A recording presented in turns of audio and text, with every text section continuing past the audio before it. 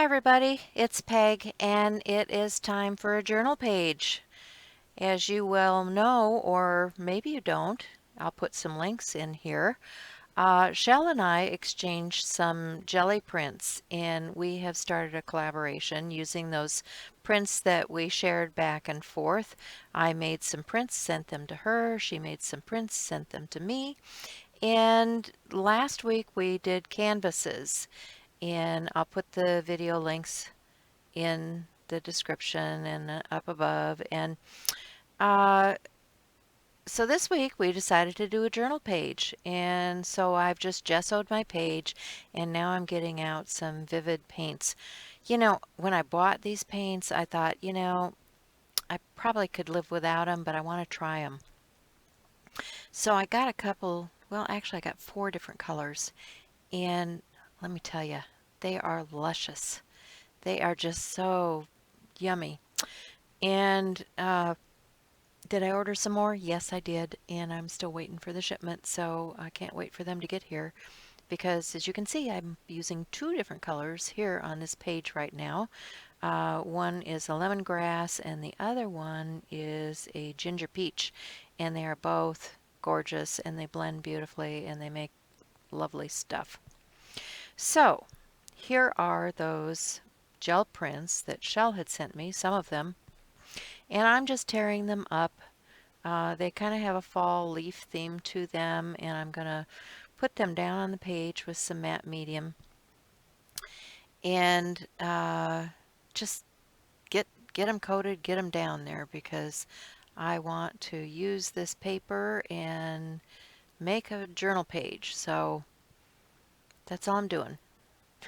Just gluing and gluing, and I'll probably skip ahead through some of this because it takes a while just to get those pages or those papers down. There are a couple of different weights of paper here, and that doesn't matter. Some is a little more translucent than other. That's why I put color behind. Looks like I'm just covering up all of that color, but some of it actually does show through. So this, I'm getting towards the end of my bottle. And I'm going to have to get another one out. I ran out of a couple of products on this project, and they're getting a little lumpy and gloppy and, not working the best. But oh well, that's kind of the way it is when you get to the bottom of the bottle. But I want to use it all up. I want to be frugal. So uh, it's all down. I've coated everything real well, and now I'm ready to move on to the next step.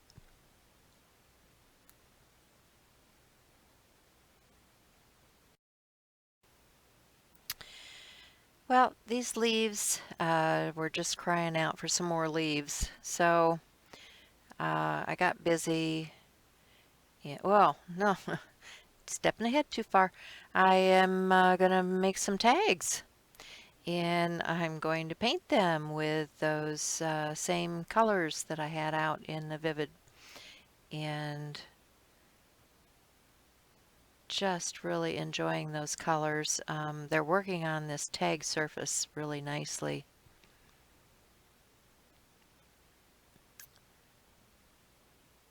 So you can take it from me, if you haven't decided yet if you want these, you probably do. If you're anything like me, you probably do. Uh,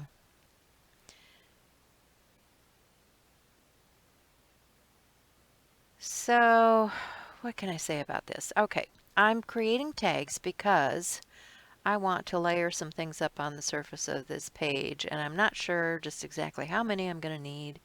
And so I'm doing 5 of them. I know I won't use 5 of them, but I've got the paint out. It's a tag. Just put the paint down, right?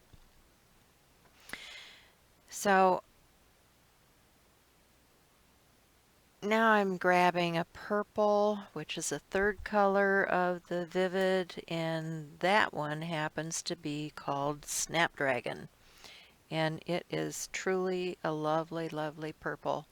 And I guess, I'm thinking fall colors, those pumpkin-y colors with the purple, yeah, definitely fall.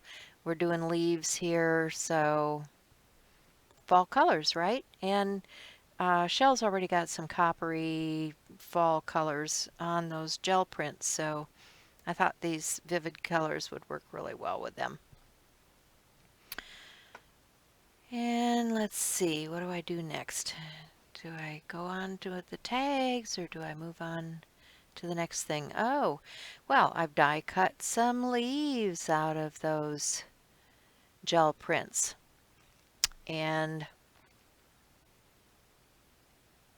what I want to do is put some crackle medium onto those leaves, give it kind of a distressed look.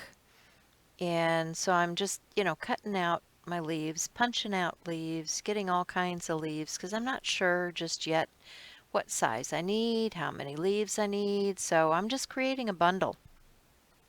And uh, I've got a bunch of different sizes and shapes of these punches of leaves. Can you tell I like leaves? Yeah, probably can by now, right? So die cut, punch, whatever. I just went ahead and did it. And then I'm using some archival ink to kind of distress or coat the edges before I actually put the crackle medium on them. What I do is I add the crackle medium and let that dry, and then I come back with some coloration on the leaves to settle into the crackle. And then once that's dry, I come in with a coat of gloss medium, gloss gel, and coat the whole thing just to seal everything in. Now I'm going to use some of that gloss gel to create leaves on my page itself.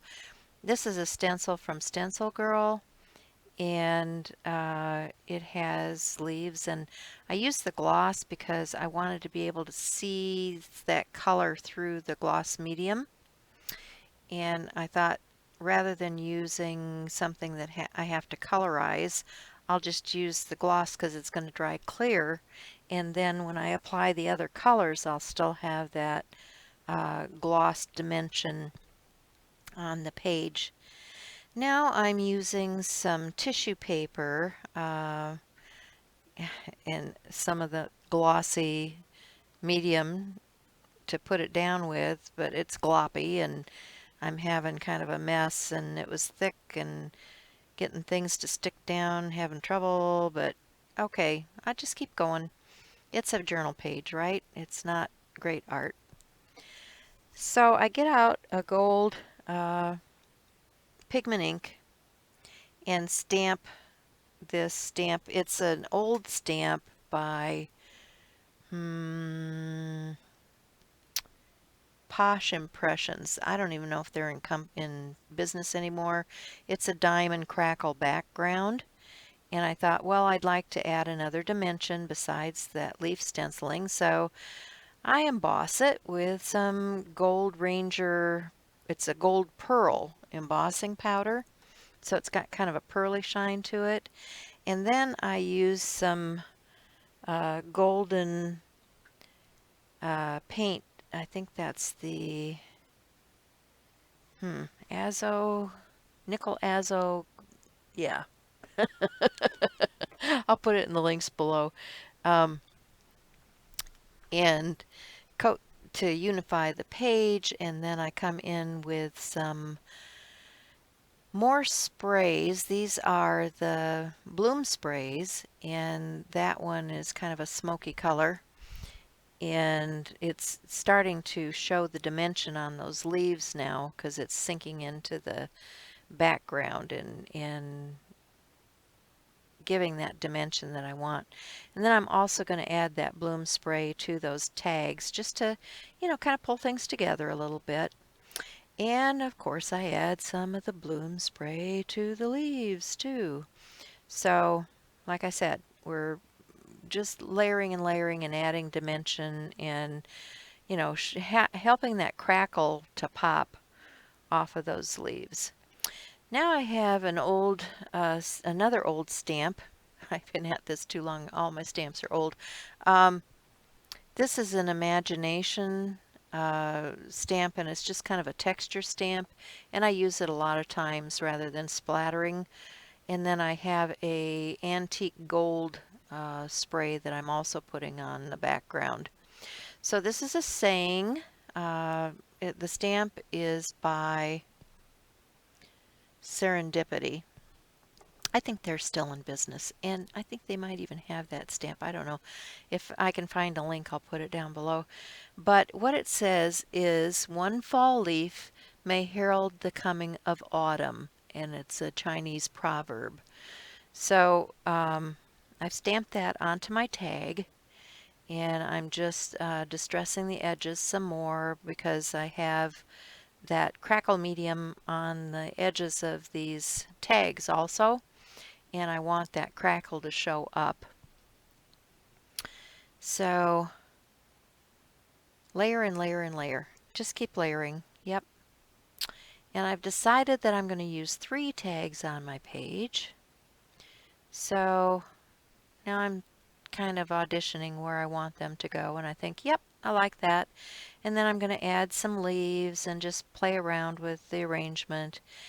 And that's about it. You know, I use some pit pens to do some shadowing with around the edges, and get everything glued down real well with the gloss gel medium.